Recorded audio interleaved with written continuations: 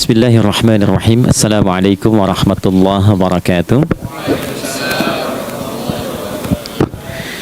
Alhamdulillah wassalatu wassalamu ala Rasulillah Muhammad ibn Abdullah wa ala alihi wa sahbihi wa man walah wa ba'd. Faya ibadallah usi nafsi wa iyyakum bitaqwallah faqad fazal muttaqun fala tamutunna illa wa antum muslimun. Faqala ta'ala ya ayyuhalladzina amanu taqullaha haqqa tuqatih wa la tamutunna illa wa antum muslimun.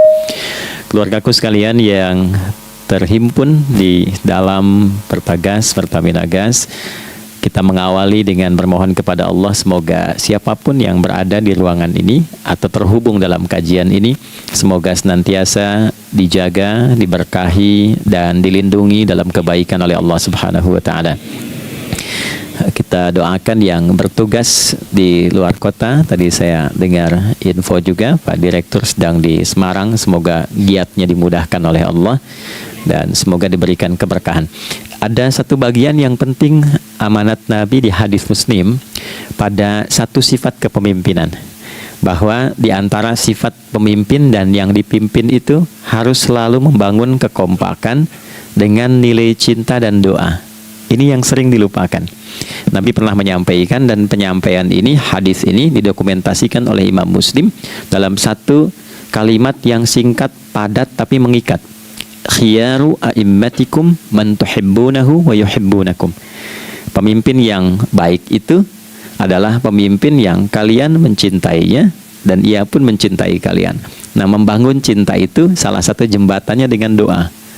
Oleh karena itu, di antara doa yang dianjurkan saat Anda memulai pekerjaan, itu bukan hanya untuk pribadi, lancarkan pekerjaan saya, tapi juga sehatkan pimpinan saya. Pimpinan mendoakan sehatkan anggota saya, sehingga semua itu melahirkan sifat harmoni yang memberikan kenyamanan dan kebahagiaan dalam bertugas. Nah, izinkan saya mengawali dengan itu dulu, karena itu di antara sunnah yang seringkali terlupakan. Sehingga bekerja itu lebih banyak dilakukan dengan tekanan menyelesaikan tugas dibandingkan dengan rasa cinta untuk bisa memberikan nilai ibadah di dalamnya. Yang kedua, semoga sholat kita diterima oleh Allah Subhanahu wa ta'ala. Nah, yang kedua ini tidak cukup dengan amin. Kita harus tahu dulu standar penerimaan itu seperti apa. Dan yang kedua, kenapa harus sholat? Ini poin pokoknya. Mengapa sih umat Islam itu cukup hanya misalnya dengan bersyahadat saja dipandang sudah berislam, lalu berbuat baik? Kenapa mesti ada sholat? Kenapa bahkan yang pokok sampai 5 waktunya? Dan jumlah rakaatnya pun diatur sedemikian rupa, sampai teknisnya pun dijelaskan dengan rinci. Saking rincinya, bila ada yang menyimpang dari rincian itu, maka dianggap sholatnya tidak sah dan mesti diulang. Shallu kama ra'aitumuni usalli. Sholatlah kalian seperti kalian persis melihat aku menunaikan sholat. Dan dalam sholat inilah kemudian ada sanad yang tersambung secara ketat, sampai-sampai dalam hadis Muslim nomor hadis 397. Demikian di Al-Bukhari juga diabadikan di nomor hadis 757 oleh sahabat Abu Hurairah. Sanadnya tersambung kepada Khalad bin Rafi Az-Zuraiqi, seorang yang sholat di samping Nabi tapi bermasalah sholatnya. Lalu Nabi meminta beliau untuk mengulangi sholatnya. Sampai 3 kali peristiwa itu, hingga beliau berkata, ya Rasulullah au kama qala alimni ma uhsinu ghairah. Ya Rasulullah, tolong ajarkan kepada aku, karena aku tak punya pengetahuan lebih dibandingkan dari apa yang telah aku kerjakan. Nah, dari dasar ini melahirkan satu pertanyaan kritis, ya, dan juga perlu argumentasi yang kuat secara syariah mengapa kita menunaikan ibadah sholat. Baik teman-teman sekalian, karena waktu kita sangat padat, ya, kita manfaatkan sebaik-baiknya. Saya mohon izin, kajian kita akan lebih fokus kepada inti materi sehingga manfaatnya lebih banyak kita dapatkan. Sholat satu-satunya amalan di dalam Islam yang mencakup 4 bagian pokok dalam beragama. Jadi ketika seseorang menetapkan dirinya beragama dan ciri satu nilai agama itu bernilai benar, ya, dalam nanti kalau kita mau komparasikan atau kita riset, itu ciri pokoknya ada 4. Satu, ada aspek namanya aspek keyakinan, ya, tauhid atau akidah. Nggak mungkin kan beragama kalau nggak yakin. Ya, karena itu pasal 29 ayat kedua itu mengandung nilai keyakinan. Negara menjamin kemerdekaan tiap-tiap penduduk untuk memeluk agamanya masing-masing dan beribadah menurut agama dan kepercayaannya itu. Ya, jadi nggak mungkin kita bisa menghasilkan nilai kepercayaan dan ibadah kalau tidak ada unsur keyakinan. Atau bahasa kitanya disebut dengan iman. Ya, iman itu nanti juga dipaku dalam setiap nilai kebangsaan di konteks Negara Kesatuan Republik Indonesia. Ini yang paling membahagiakan.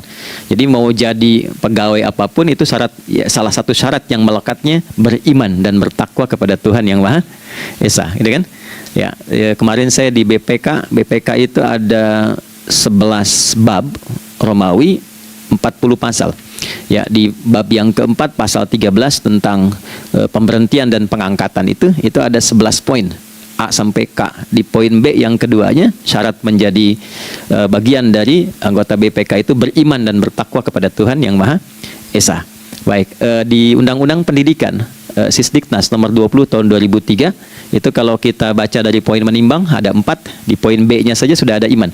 Ya, Undang-Undang Dasar 1945 mengamanatkan pemerintah mengusahakan satu sistem pendidikan, ya, nasional yang meningkatkan keimanan dan ketakwaan pada Tuhan Yang Maha Esa serta akhlak mulia, baru mencerdaskan kehidupan bangsa. Ya, secara singkat, satu, agama dianggap benar kalau ada doktrin keimanan, ada akidah, ada tauhidnya. Yang kedua, ada ibadahnya. Ya, sebagai pembuktian kita beriman, buktinya apa? Ya kan? Saya beriman kepada Tuhan, kita tetapkan, misalnya Allah. Apa pembuktian keberimanan kita kepada Allah? Ya, kan pembuktiannya itu mesti diwujudkan dalam bentuk sikap. Sikap itulah yang disebut dengan ibadah. Nah, konsepsi ini ada di Quran surah ke-20 Thaha di ayat ke-14. Innani anallahu la ilaha illa ana fa'budini. Alhamdulillah. Ya, sungguh aku tegaskan bahwa akulah Allah, satu-satunya Tuhan yang layak dipertuhankan dan disembah. Ketika Anda mempertuhankan aku, fa'budni, maka buktikan kebertuhananmu kepadaku dengan menyembahku. Karena itu namanya Allah punya dua arti. Satu yang dipertuhankan, kan? Ilahun wahid. Yang kedua yang disembah. Ya, jadi yang dipertuhankan dan disembah. Oke. Tiga. Yang ketiga harus punya unsur praktikal atau implementatif dalam interaksi kehidupan. Ya, jadi bukan cuma nyembah Tuhan, bimbingan kehidupannya apa? Implementasi dari ibadah itu. Ya, ciri umat beragama itu kan bukan hanya sekedar saya yakin, beriman, saya ibadah. Terus bukti ibadah itu dibawa dalam berinteraksi hariannya seperti apa wujudnya. Ya, makanya ketika dulu orang itu jujur, orang itu bangga dengan kejujurannya bukan sebagai orang jujur, tapi sebagai muslim. Jadi ketika ditanya, kenapa Anda jujur? Karena saya muslim. Ketika ada seorang penggembala di Sahara yang sangat gersang, diuji oleh Umar bin Khattab, ingin diambil kambingnya, kan kisahnya viral kan? Baik ya? Oh, tapi ini bukan punya saya. Bilang aja pada tuan Anda, kalau kambingnya hilang satu dimakan serigala. Lantas di mana Allah? Jawaban itu yang menggetarkan kepada jiwa. Jadi kebenaran yang diungkap dengan sikap kejujuran itu implementasi nilai beragama. Nah, jadi praktek ibadah ada di muamalah.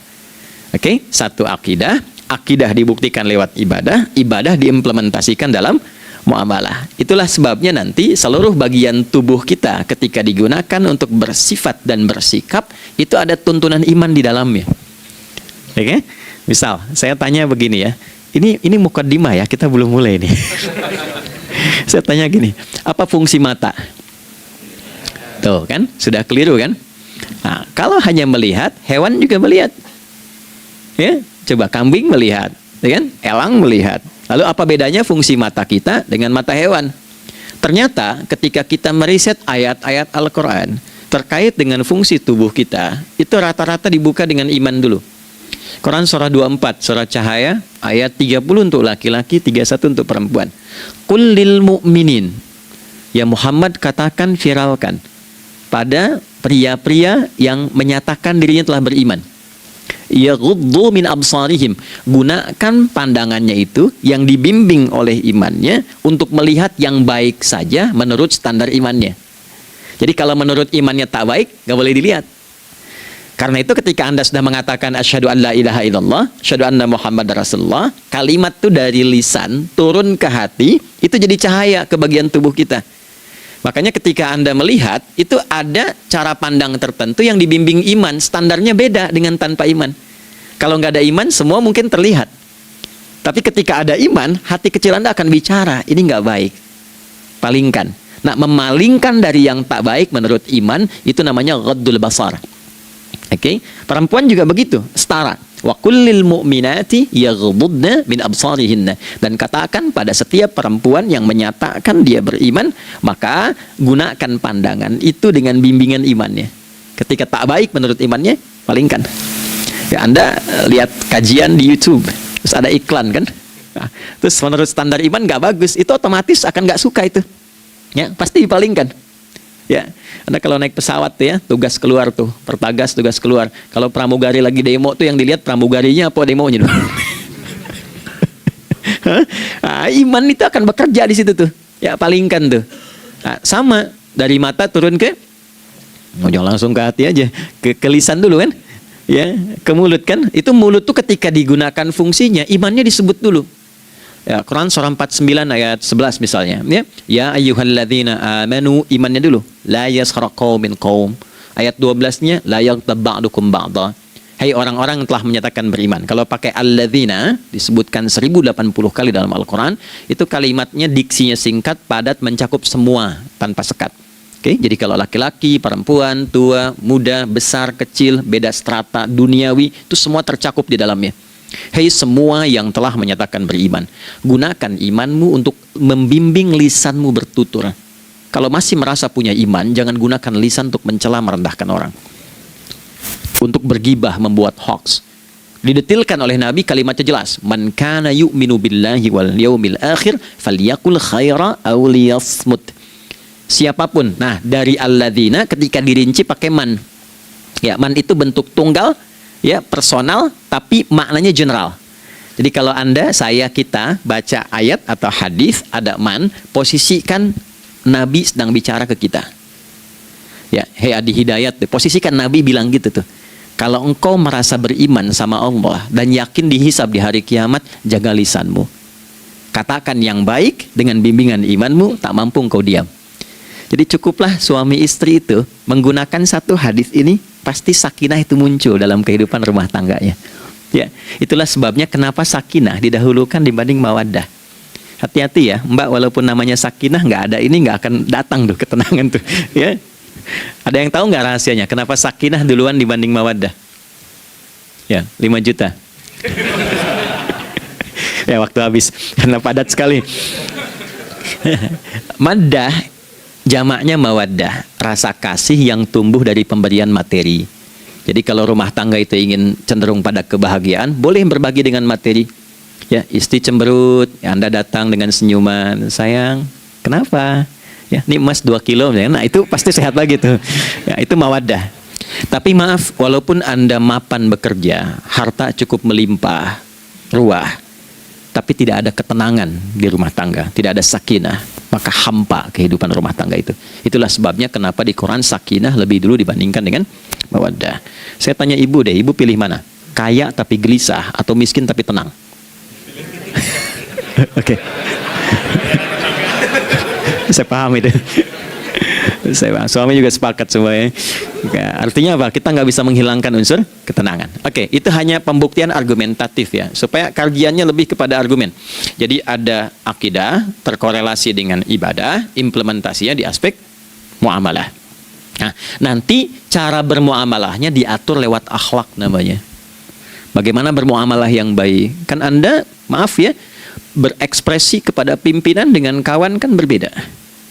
Oke, kepada orang tua dengan anak kan lain. Nah, yang mengatur interaksi kita sehingga terjalin harmoni yang baik, itulah yang disebut dengan akhlak. Nah, 4 poin inilah yang menjadi inti dakwah Nabi SAW ketika diutus oleh Allah Subhanahu wa Ta'ala. Memastikan 4 ini bisa optimal kita lakukan dalam kehidupan. Bonusnya yang kelima, selalu meningkatkan inovasi sehingga selalu mendapatkan hal baru dalam kehidupan. 5 ini digabungkan di Quran surah kedua Al-Baqarah di ayat 151. Kama arsalna fikum rasulam minkum yatlu alaikum ayatina. 1. Oke, wa yuzakkikum 2, akhlak, wa yuallimukumul kitaba 3, wal hikmah 4, 5, wa yuallimukum ma lam takunu ta'lamun.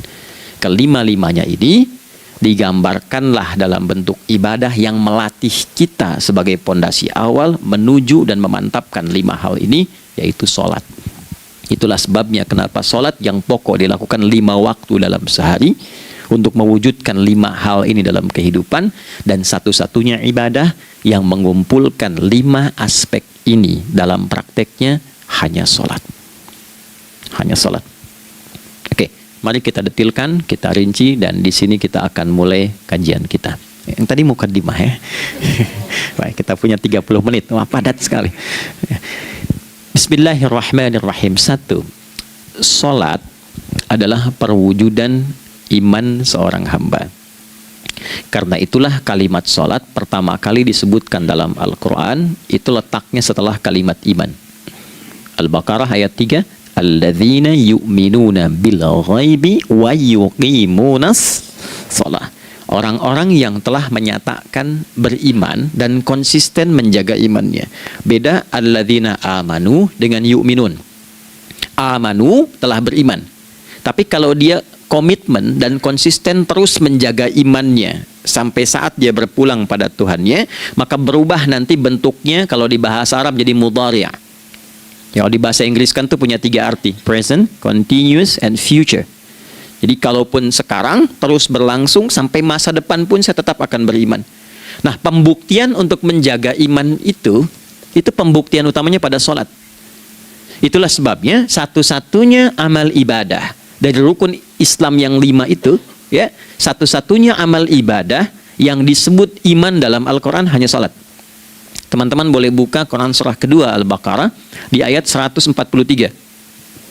Ya, di pertengahan ke ujung ayatnya. Saya percepat. Wa ma kana Allahu liyudhi'a imanakum.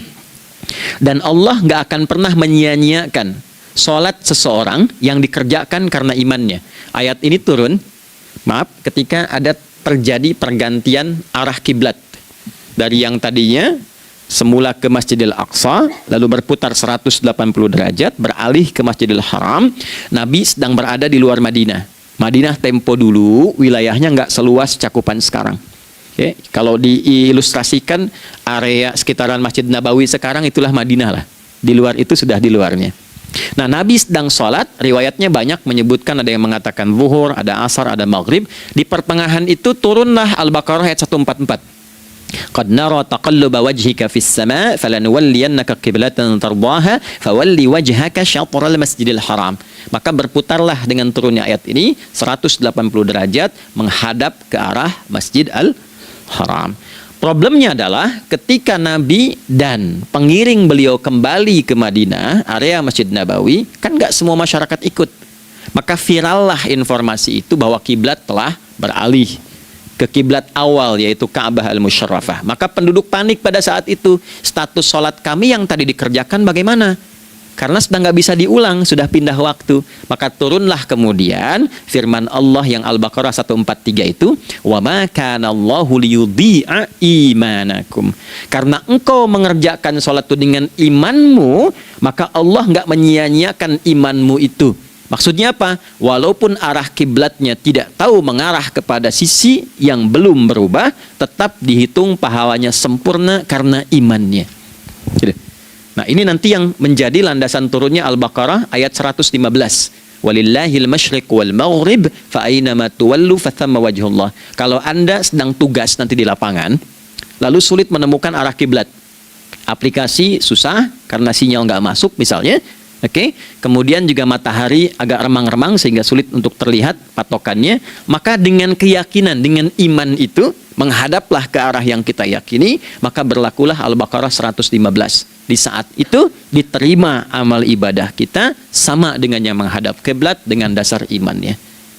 Oke, nah pengertian terbaliknya, mafhum mukhalafahnya, maka Nabi mengatakan, al-farqu bainal mu'min wal kafir tarkus shalah. Beda antara orang yang beriman dengan yang belum beriman adalah pada sholatnya. Jadi kalau ada orang mengatakan sudah beriman dan tidak menunaikan sholat, ini artinya keimanannya belum diakui sepenuhnya oleh Allah Subhanahu wa Ta'ala. Jelas ya? Halo, kenapa sedih begini? Maaf, saya terlalu cepat nggak? Enggak ya? Baik. Jadi dalam poin ini penting pembedanya di sholat. Itulah sebabnya kenapa dari kecil kan, usia sekian, dari mulai 3 ke arah 7 tahun contohkan, ya orang tuanya sholat bentangkan sejadah. Kalau bisa, kalau anak sudah mulai suka tuh kasih model sejadah yang anak-anak sukai bentuknya. Ya, dulu ada anak saya senang model mobilan, saya tidak sebutkan supaya tidak endorse gitu ya. Dikasih sejadah dengan pola itu, dia senang tuh ikutin. Kita nggak minta sholat, dia datang sendiri. Ya. Nanti setelah mulai 7 tahun kan baru diajarkan dengan baik, diajak ke masjid kalau yang laki-laki. Demikian seterusnya. Ya, mengapa dari awal dituntun seperti itu? Untuk memberikan sebuah penguat bahwa penjagaan iman dimulai dari sejak dini. Ya, tapi di Indonesia saya perhatikan kelasnya sudah advance. Ya, TK sudah manasik gitu. Okay. Itu satu ya. Karena nanti kalau Nabi bilang begitu artinya akan terjadi orang mengatakan beriman tapi tidak sholat. Ya, makanya keras dari awal Nabi katakan bahwa pembeda antara orang yang beriman dengan yang baru klaim beriman itu pada sholatnya. Ya, pada sholatnya. Mengerjakan sholat maka sah status imannya, tidak menunaikan sholat maka bermasalah imannya. Itu poin yang pertama. Yang kedua teman-teman sekalian, ibadah. Kita lanjut ya. Sholat adalah bagian pokok terpenting dari ibadah. Nah, di sini kita akan mulai membuka sedikit rahasia terkait dengan aspek ibadah ini. Teman-teman sekalian, ternyata sholat ini ketika oleh Allah diturunkan dalam Al-Quran, dalam konteks penunaian ibadah, bukan berarti hanya mengkoneksikan atau mengkorelasikan hubungannya dengan iman saja, bukan. Karena saya beriman, saya buktikan ibadah nyembah Allah lewat sholat. Dalilnya Quran surah ke-20 ayat 14. Innani anallah la ilaha illa ana. Aku tegaskan akulah Allah, nggak ada Tuhan yang layak dipertuhankan dan disembah kecuali saya. Fa'budni, kalau Anda telah menyatakan beriman padaku, buktikan keberimananmu dengan menyembah saya dalam ibadah. Bentuknya bagaimana ya Allah? Teruskan ayatnya. Wa aqimis sholata. Tunaikan sholat sebagai bukti ibadah. Itu li dzikri, sebagai zikir kepadaku. Jadi korelasi antara ibadah dengan iman sudah kita sebutkan dalilnya. Sekarang ibadahnya tersendiri ketika ditunaikan, apa manfaat dari ibadah itu? Mengapa mesti ada 5 waktu? Dan apa turunan manfaatnya dalam kehidupan kita? Kalau kita mengerjakan itu, dampaknya kepada kehidupan kita apa? Nah, inilah indahnya di dalam Islam, dijelaskan dalilnya, diberikan contohnya, diberikan alasannya, dan yang paling indah, diberikan penjelasan dengan detail tentang manfaat-manfaatnya. Ini tidak ditemukan di dalam konsep keyakinan manapun. Kalau teman-teman boleh mau riset silahkan. Ada nggak satu keyakinan agama tertentu yang dari ibadahnya tuh diatur? Cara memulainya, bacaannya, detailnya, manfaatnya, waktunya, sampai dengan hasilnya, sampai kiamatnya. Ini menunjukkan bukan karya manusia. Bukan karya manusia. Kalau karya manusia setiap orang bisa buat itu. Ya, ketika ini menunjukkan bukan karya manusia, maka pertanyaannya dengan cara apa lagi Allah memberikan pembuktian pada kita bahwa Ia Tuhan yang hak yang harus kita sembah. Nah, kalau sudah paham, mari kita rincikan turunan tentang sholat ini. Kita mulai satu-satu teman-teman sekalian dari waktu sholat. Alhamdulillah. Seperti kita ketahui waktu sholat ada 5. Tapi yang sering kita dapati dari yang 5 ini tidak semua orang mengetahui tentang makna dari nama dan pembagian di waktu ini. Yuk kita mulai rincikan. Salat yang pertama namanya apa? Nggak usah khawatir, menang nggak dapat hadiah kalau benar. Salah juga keterlaluan. Oke, 1 subuh. Dia satu-satunya nama salat yang punya 2 nama ya. Subuh dan fajar. Oke, Pak Fajar, Pak waktu sholat. 2, zuhur. 3, asar. 4, maghrib. 5, Isya. Oke, rumus hitungannya 24434 ya. Rumus bilangannya 24434. Kalau mau tanya nomor koneksi dengan Allah 24434, 2 subuh, 4 zuhur, 4 asar, 3 maghrib, 4 isya. Oke, pertanyaannya, apa artinya nama itu? Selama ini jangan-jangan kita hanya tahu namanya tapi tidak memahami maknanya. Itu poinnya. Oke, sekarang mari kita mulai. Izin saya tidak punya kemampuan untuk menuliskan ya, karena memang saat ini terbatas, tapi kalau diperkenankan bisa kita coba uraikan sedikit. Baik. Ya, bismillah, jazakallah khair. Mohon fokus baik-baik karena waktunya tinggal 21 menit lagi. Izin saya pastikan dulu ya supaya terlihat dengan baik. Ibu kelihatan di sana? Bagus. Saya kira tuh hanya di Sumbawa Barat. Ternyata di Pertagas pun perempuan-perempuannya imannya luar biasa. Maksudnya belum saya tulis sudah kelihatan. Imannya luar biasa. Oke, kita mulai dari yang pertama ya. 5 waktu sholat. Kita mulai dari 1 dulu. Subuh, teman-teman saya turunkan dulu ya. Izinkan saya tulis pakai bahasa Arab dulu supaya gampang. 1, dia punya 2 nama, yang ke Arab ya. Kalau yang gini angka Hindi. Anda yang di admin di komputer pasti tahu. Ada Fajr. Kata subuh ditemukan di Al-Quran surah ke-81 At-Takwir ayat 18. Kalau keliru tolong diingatkan. Was-subhi idza tanaffas. Quran surah 81 ayat 18. Ya. Nggak usah di ilmu utak-atik ya. Oh ini kenapa 81 kalau dibalik 18? Itu cocok logi. Ya, abaikan aja itu. Ya. Fajar agak banyak di Quran terkait dengan nama salatnya, ada di Quran surah ke-17 di ayat 78. Aqimis salata liduluki syamsi ila ghasaqil laili wa Qur'anal fajr. Inna Qur'anal fajri kana masyhuda. Yuk kita mulai ke maknanya dulu. Ingat rumusnya ya. Rumusnya ini selalu begini rumusnya. Aqidah selalu punya korelasi dengan ibadah. Ibadah selalu punya korelasi dengan muamalah, interaksi harian kita. Muamalah hiasannya adalah akhlak. Nah, barulah kemudian di sini muncul inovasi dalam kehidupan, hal yang baru. Hidup ya, yang mengacu pada 2 kebahagiaan yaitu dunia dan akhirat. Ya, konsepsi ini nanti ditemukan di Quran surah ke-2 Al-Baqarah ayat 201 dan menjadi doa paling favorit umat Islam Indonesia saat ini. Rabbana atina fid dunya fil akhirati. Oke, ya cukup. Subuh. Ini rumus dasarnya. Dari akidah kita beriman, pembuktian imannya lewat ibadah salat. Apa hubungan salat dengan aktivitas harian kita? Subuh asalnya terkolerasi dengan kata asbah. Oke? Asbah itu asalnya sesuatu yang sudah siap dengan rencana yang matang. Baik, orang Arab tuh kalau bertanya begini, kaifa asbahta ya akhi? Kaifa asbahti ya ukhti? Bagaimana kabarmu di pagi ini? Itu bukan hanya nanya kabar kesehatan. Beda dengan kaifa haluk, beda. Ya, itu bertanya bagaimana kabarmu hari ini, aktivitasmu bagaimana? Lancar, sudah siap, planning bagus dan sebagainya. Ya, itulah sebabnya ketika Allah bersumpah dengan awal waktu, penandanya adalah planning kegiatan.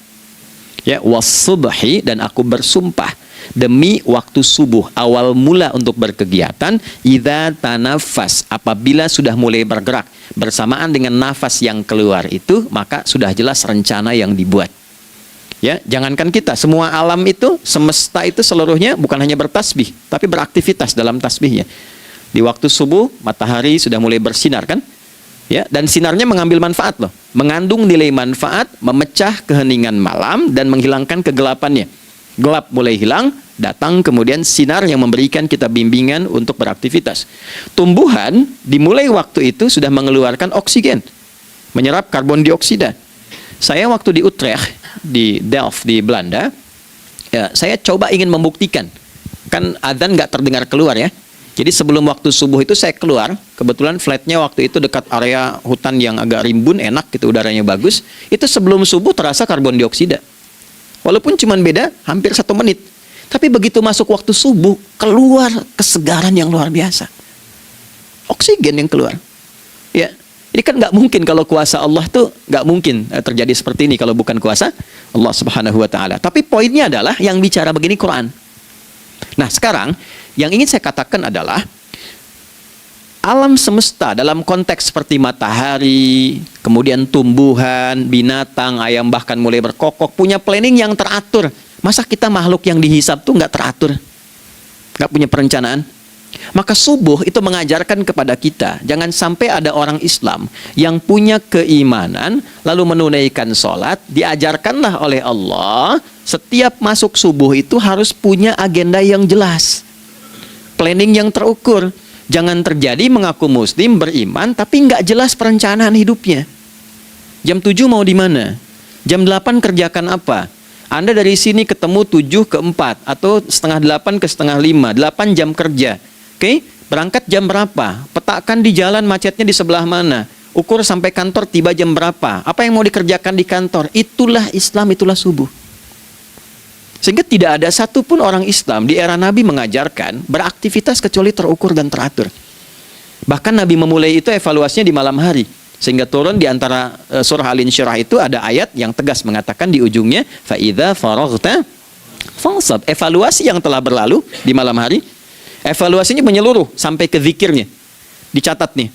Ya, aku hari ini secara spiritual itu, mohon maaf, sholat jamaahnya berapa waktu tuh? Dari 5. Oke? Misalnya dari 5 itu cuma 4, berarti koreksi ada yang kurang. 1. Ya. Yang kedua, secara intelektual sudah berapa bacaan yang dibaca saat ini? Ilmu yang ditingkatkan, mensyukuri anugerah akal dan sebagainya. Bekerja sempurna enggak? Turunkan ibadahnya bagaimana? Ketika ada yang kurang, istighfari. Ya, sebagai seorang ayah, ada nggak sesuatu yang salah yang dilakukan belum sempurna? Sebagai seorang ibu, anak dan sebagainya, istighfar. Itulah sebabnya sebelum tidur Nabi ajarkan istighfar. Yang kita tahu 70 kali kan, 100 kali. Yang saya tanya, 1 ke 70 itu istighfar apa saja? Apakah hanya bilangan di lisan? Atau dari lisan diingatkan oleh pikiran, ditembuskan ke hati? Istighfar sebagai seorang ayah yang kurang maksimal melihat anak dengan baik. Anda boleh punya jabatan di kantor, boleh direktur, boleh manajer, boleh macam-macam. Tapi ketika Anda pulang, Anda seorang ayah. Saya di Timur Tengah disebut syekh, di sini dipanggil kiai, dipanggil ustadz. Pulang ke rumah, anak saya nggak kenal itu semua. Anak saya nggak peduli itu semua. Belum pernah seumur-umur saya mengajar, lalu saya pulang, anak saya menunggu depan pintu dan memanggil, kiai. Tidak ada. Dia ingin ayahnya. Ingin ayahnya. Kenapa nggak kita hadirkan istighfar pertama kita itu karena kita kurang perhatian? Kurang perhatian kepada anak misalnya. Saya kalau pulang tengah malam dan semua tertidur, saya lihat satu-satu. Perbaiki cara tidurnya, doa, lihat satu-satu, minta ampun sama Allah. Dan ya kadang sebelum mengalirkan air mata kita nggak bisa tidur karena nggak tahu nanti ketemu lagi nggak di akhirat. Itu poin yang paling penting. Nah, jadi istighfar pertama itu untuk diri kita ketaatan pada Allah, untuk diri kita sebagai anak pada orang tua, sebagai suami punya tanggung jawab istri atau sebaliknya, demikian seterusnya. Nah, itu kalau sudah kita bisa lakukan, dievaluasi, direncanakan besoknya. Fa idza faraghta fansab, direncanakan lagi yang berikutnya, besok mau ngapain, tulis malam. Kalau kita biasakan begitu, tidurnya enak. Karena nggak ada beban, damai hidupnya. Dengan teman damai kalau ada perselisihan sebelum tidur. Ya. Jadi nggak ada orang mengigau itu masalah-masalah kehidupan dunia yang belum tuntas. Ini dunia saat terjaga bermasalah, saat tidur pun masih bermasalah. Gara-gara kamu nih, kapan istirahatnya? Ya. Nah, ketika kita bangun dari subuh itu, maka rencana yang sudah kita siapkan itu, teman-teman sekalian, dibawa menghadap Allah supaya minta kemudahan, minta kelancaran, minta pendampingan, minta bimbingan. Itulah sebabnya kita dipanggil sholat di awal waktu. Supaya rencana yang sudah kita siapkan itu minta taufiknya, persetujuan dan perlindungan dari Allah. Inilah yang menjadikan rahasia umumnya para sahabat memulai berkegiatan sejak dari masjid. Teman-teman boleh riset deh hadis-hadis tentang sholatnya sahabat dan kaitannya dengan syuruk dan pekerjaan. Rata-rata memulai dari masjid. Mereka tungguin, evaluasi, begitu siap, syuruk, minta sama Allah, berangkat. Saya mau kasih satu rahasia ya. Boleh jadi ijazah, tapi ini diantara kita aja ya. Anda boleh lakukan, berangkat ke masjid itu dengan baik, terus minta misalnya, ya Allah, kau perintahkan aku untuk berikhtiar, sekarang aku lakukan. Kau perintahkan aku untuk merencanakan, sekarang aku ikhtiarkan. Mohon lindungi, mudahkan, dan berikan bimbingan terbaik untuk mendapatkan hal yang wajar, halal, baik, dan kau ridhai. Anda berangkat. Pulang, sebelum nyampe rumah, mampir dulu ke masjid. Masjid terdekat dari rumah aja. Sholat 2 rakaat, situ. Ya, sholatnya bisa sholat wudhu, tahiyatul masjid, dan sebagainya. Setelah itu pulang. Doa dulu habis sholat, ya Allah, aku telah berikhtiar seperti apa yang telah engkau perintahkan. Sekarang aku memohon rizki darimu seperti apa yang telah engkau janjikan. Kalau dengan semua ikhtiar ini belum cukup menurunkan rizki darimu, maka mohon tunjukkan padaku saat ini dengan cara apa lagi aku mesti berikhtiar. Oke? Silahkan Anda pulang dengan suasana itu ke rumah dan lihat apa yang terjadi. Rasakan bedanya, bedakan rasanya, dan pasti terasa bedanya. Gak ada kesan yang lain pada jiwa. Jadi yang dibawa ke rumah itu bukan aura kantor, bukan aura jalan yang macet, tapi ada ketenangan, kenyamanan, dan kenikmatan. Kalau teman-teman mau pakai sunnah sahabat ini dalam dunia pekerjaan dan Anda lakukan, coba sehari ini saja, rasanya pasti beda. Ya, ini bagian pertama.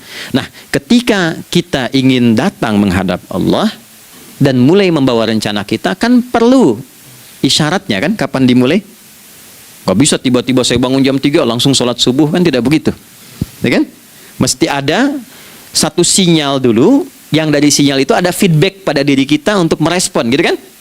Nah, pancaran respon atas sesuatu yang memancar akibat satu hal yang terjadi. Kalau di gaya itu kan, kalau ada gaya gerak, gaya dorong kan? Ya, kalau nggak salah F1 sama dengan F2 kan? Nah, gaya gerak sama dengan gaya dorong. Geraknya dikit, bunyinya kecil kan? Kencang bunyinya, kencang. Terus ada F berbanding lurus dengan P, hukum Pascalnya. Gaya berbanding lurus dengan tekanan, kan? Semakin banyak gaya, semakin tertekan. Nah, respon yang muncul ketika ada satu misalnya gaya, tapi responnya sifatnya materi sifatnya. Ya, misal kalau Anda mau mengebor air, kan? Kemudian keluar terpancar tuh dari bawah itu keluar misalnya air. Nah, itu namanya infajar. Infajar. Dalilnya Quran surah kedua ayat 60. Wa idzistasqa Musa liqaumihi faqulna idrib bi'asakal hajar fanfajarat minhu 12 aina. Nabi Musa kata Allah itu kaummu 12 suku minta mata air dan enggak tanggung, setiap sukunya minta satu, katanya supaya enggak rebutan. Maka Allah firmankan, pukulkan tongkatmu yang kayu. Lihat diksinya detil sekali. Pukulkan tongkatmu yang kayu ke batu itu, maka batu itu akan terbelah dan mengeluarkan pancaran 12 mata air. Okay? Tongkat kayu dipukulkan ke batu, batunya yang hancur. Karena Musa seorang nabi, gitu kan? Anda punya tongkat emas, pukulkan ke batu, maka keluar 12 air mata. Gitu kan? Nah ini, infajar. Kalau respon yang keluar itu respon buruk. Misal dalam nafsu, kan suka ada trigger ya, yang memancing respon, terus nafsu keluar kan? Ya, apa saja itu? Lihat gambar yang nggak bagus, nafsu keluar, gitu kan? Lihat sendal bagus, nafsu keluar, macam-macam ya. Nah, itu fujur namanya. Fujur. Hurufnya masih sama, cuma bentuknya berbeda. Fa, jimnya masih ada waw, ada ra-nya. Fujur. Quran surah 91 di ayat 7 sampai 10. Wa nafsi wa ma sawwaha fa alhamaha fujuraha wa taqwaha. Fujur tembus ke nafas, nafas memerintahkan yang buruk disebut su. Nafas ketemu su jadi nafsu. Makanya nama lain fujur itu nafsu. Dalilnya Quran surah 12 ayat 53. Wa ma ubarri'u nafsi innan nafsa la'ammaratun bisu. Ya, la'ammaratun bisu'i illa ma rahima rabbi. Oke, nafas ketemu su. Teruskan. Tapi kalau pancarannya pada sifat yang baik. Oke? Membelah sesuatu yang gelap menjadi baik, terbuka, memancarkan respon panggilan yang baik, maka berubah katanya menjadi fajar. Oke? Matahari diperintahkan oleh Allah, diperintahkan membelah kegelapan malam. Keluarlah sinar pertamanya, disebutlah fajar. Kenapa? Karena ada respon kebaikan keluar darinya. Baik, perhatikan baik-baik Quran surah kedua ayat 187. Wa kulu washrabu hatta yatabayyana lakumul khaytul abyadu minal khaytil aswadi minal fajr. Itu untuk matahari. Kita lagi tidur enak-enak, sudah nyiapin rencana malam-malam, tiba-tiba ada panggilan, Allahu Akbar, Allahu Akbar. Itulah tandanya hati kita mengkonfirmasi iman kita dalam diri kita. Cepat, sudah adzan. Pernah begitu? Nah, konfirmasi itulah dalam bahasa lain yang disebut dengan fajar namanya. Datang. Jadi waktunya matahari membelah disebut dengan fajar, konfirmasinya pun disebut dengan apa? Fajar.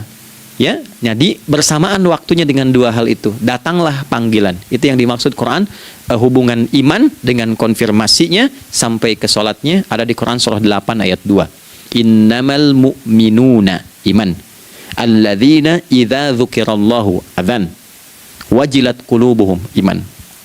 Jadi begitu ciri iman itu ada dalam jiwa, dipanggil lewat adzan, kan? Allahu Akbar, langsung merespon, ya Allah sudah adzan.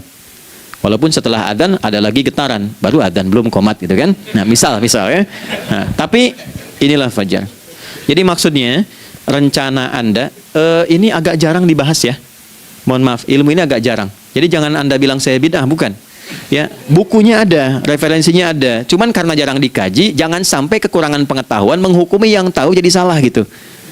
Ini poinnya. Jadi saya kalau bahas satu masalah itu bukunya saya kumpulkan. Tafsir awal sampai akhir yang ada apa, buku-buku tentang sholat apa, baru kita keluarkan jadi bagian topik-topik tertentu yang dibahas. Problemnya ketika membahas tentang ibadah cuma dua. Satu tentang bacaan, doanya apa. Yang kedua tentang gerakan, bagaimana mengerjakannya. Yang ketiga jarang dibahas, hikmahnya apa. Padahal rumus dalam ibadah itu dalam fikih tiga-tiga mesti dipakai. Ini Quran surah kedua ayat berapa? Ayat 129. Rabbana wab'ats fihim rasulan minhum yatlu 'alaihim ayatika, ini wa yu'allimuhumul kitaba, ini wal hikmah, ini barulah kita mendapatkan sesuatu yang baru ya. Ini wa yuzakkikum, dan di 151 Al-Baqarah wa yu'allimukum ma lam takunu ta'lamun. Jadi ini bukan ilmu yang baru, bukan, belum tahu saja. Jadi selama ini yang kita kerjakan jangan sampai terbatas pada ritualnya saja untuk mencukupkan ini. Hubungan ritual dengan ini apa gitu. Ya, jadi subuh ini mengkonfirmasi bahwa ada satu keteraturan dalam kegiatan kita. Ya, alhamdulillah. 2, siang. Oke, setelah subuh, fajar, sholat apa? Zuhur. Oke, saya tanya pada Anda, zuhur itu artinya apa? Sudah, cukup katakan wallahu a'lam. Waktunya terbatas ya. Nah, sahabat ditanya nggak tahu wallahu a'lam. Anda sahabat bukan, tabi'in bukan. Zuhur. Waktu tinggal 4 menit lagi. Oke, teman-teman, kalau kita jeli, ini kan sholat dikerjakan di siang hari kan? Siang itu bahasa Arabnya nahar. Naharun itu siang. Tapi kenapa sholatnya zuhur? Kok nggak sholat nahar gitu? Ya, lohor ya, jadi paksain tuh. Zuhur, lohor. Ya. Terus sore, biar nyambung cepat. Sore bahasa Arabnya kan masa. Masa al-khir, selamat sore. Kenapa kau sholatnya asar? Kok sholatnya namanya asar? Oke? Maghrib, isya. Isya kan malam kan? Kenapa nggak lail? Lail itu kan malam. Kalau ada yang istimewa di malamnya, itu lailah namanya. Makanya ketika turun Al-Quran disebut Lailatul Qadar. Karena malamnya istimewa. Beda, lail dengan lailah itu beda. Lail itu waktu malam, lailah ada yang istimewa di malam itu. Ya. Jamaknya lail, layali, lela, lili, lala, itu malam. Ibu lili, ibu malam-malam ya. Zuhur artinya jelas, terang. Ada idhar, dibaca dengan jelas, terang, nggak boleh dengung. Man amana, itu kan? Ya, min husni, harus jelas. Ya, ada a, jelas. Zuhur kenapa disebut zuhur? Untuk evaluasi kegiatan kita dari setengah hari. Sudah jelas belum hasilnya? Ya, Anda punya rencana di sini, evaluasi di siang. Jelas gak hasilnya? Pekerjaan Anda yang sekarang diamanahkan dari pagi jam 7 sampai sekarang, evaluasi dulu. Dicek, jangan cuma ditinggalkan. Oke, saya sedang kerjain, tinggalin dulu sholat. Bukan begitu. Ketika akan sholat, Anda cek dulu. Dari ke siang itu tengah hari, bagaimana hasilnya? Ada yang perlu disempurnakan gak? Ya, ketika ide-idenya mulai mentok, ada yang belum selesai, datang dulu sholat, tenang lagi. Saat tenang itulah dirumuskan kembali pelan-pelan. Kan lumayan dari jam 12 sampai jam 1. diisi dengan baik, dilihat, itu baru dunia ini. Kan kita ngejar ini juga. Karena nanti ayat 200-nya ada yang cuma ngejar ini. Wa minan nasi may yaqulu rabbana atina fid dunya. Bukan, kalau nggak hafal diam aja. Wa minan nasi may yaqulu rabbana atina fid dunya wa ma lahu fil akhirati min khalaq.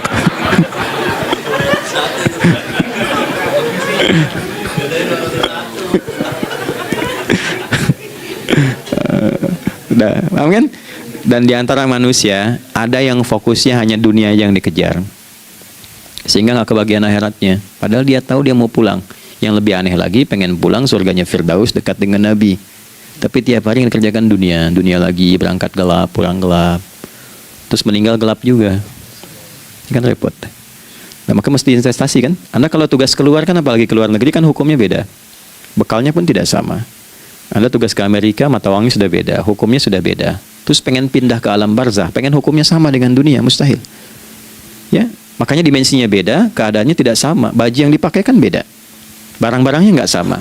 Makanya disebut telah meninggal dunia, meninggalkan semua yang melekat pada dunia. Pindah ke alam lain, persiapan menuju titik akhir yang tidak ada ujungnya lagi. Nggak ada pembuka lagi. Jadi sudah ujung begini, nggak ada ruang lagi yang lain. Itu akhirat namanya. Makanya di sini cuma dua pilihannya. Kalau nggak ke surga, nah itu ya. Apa investasi yang ada di sini? Maka siang itu dicek dulu, pekerjaan jadi ibadah nggak? Tadi niatin ibadah nggak waktu berangkat dari rumah? Kan? Waktu ngetik, waktu ngerjain di kantor jadi ibadah nggak? Kalau ibadah, Anda nggak mungkin berbuat kriminal. Anda nggak mungkin berbuat maksiat, nggak mungkin nipu, nggak mungkin nyogok, nggak mungkin korupsi. Kan lagi ibadah, nggak mungkin curang. Kan lagi ibadah. Anta budallaha ka'annaka tarah. Anda itu mengerjakan segala hal sebagai ibadah, merasa diawasi Allah. Fa in lam takun tarah fa innahu yarak. Kalaupun Anda merasa nggak melihatnya, Anda yakin Anda dilihat. Itulah kerja pakai iman, maka ini di bawah akidahnya. Jangan ditinggalkan. Nah, inilah yang selama ini kita butuhkan. Ya. Inilah yang melahirkan nilai etik, makanya adanya dalam jiwa. Takwa itu kan dalam jiwa, melahirkan etos. Etos mendorong kepada logos, logos melahirkan patos, kepantasan dalam bekerja. Jadi Anda sekuat apapun ilmunya, kalau nggak punya etos, itu rusak. Jadi tidak cukup akal sehat. Jiwa yang sehat itu lebih penting. Banyak orang akalnya, saya ingat, akal itu tidak memberikan perintah. Dia hanya merumuskan satu instruksi dalam jiwa supaya mudah dilakukan dan dieksekusi oleh fisik.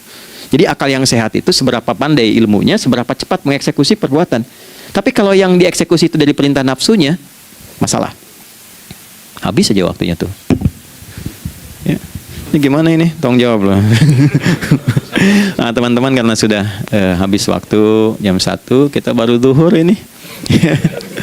Nah, yang paling menarik itu gini, yang paling menarik, kalau ada orang belum sadar sampai zuhur tentang akibat kehidupan ini, maka muncullah asar.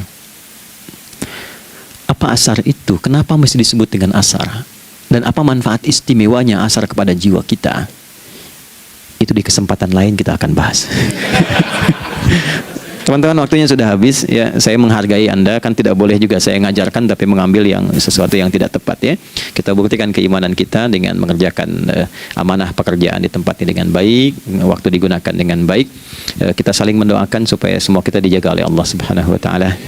Maafkan saya, lain kesempatan kita berjumpa kembali untuk melanjutkan apa yang telah kita bahas hari ini. Mari kita berdoa, semoga doa kita diterima oleh Allah Subhanahu wa taala.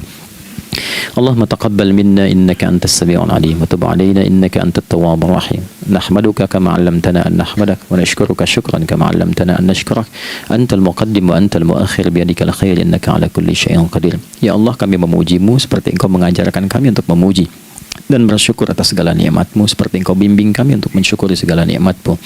Allahumma salli wa sallim wa barik ala habibikal karim rasulikal mustafa al-amin sayyidina Muhammadin wa ala alihi wa sahbihi ajma'in. Ya Allah, anugerahkan kami kemampuan untuk terus bersalawat pada Rasulullah, sehingga dengan itu kami mendapatkan kemampuan yang baik untuk meneladani kemuliaan beliau dalam beraktivitas kehidupan. Rabbana la tada' lana fi maqamina hadza dhanban illa ghafartah. Ya Allah, jika ada pendosa hadir di ruangan ini atau terhubung dalam kajian ini, maka jangan biarkan ya Allah ia meninggalkan tempat ini dan kajian ini kecuali Engkau telah ampuni seluruh dosa-dosanya. wala hamman illa farajtah. Ya Allah, jika ada satu di antara kami yang menghadiri kajian ini membawa kegelisahan, maka mohon tenangkan keadaan hatinya. Wala asiran illa yassartah. Jika ada yang sedang diliputi oleh kesulitan, maka mudahkan, ringankan dan hilangkan seluruh kesulitannya.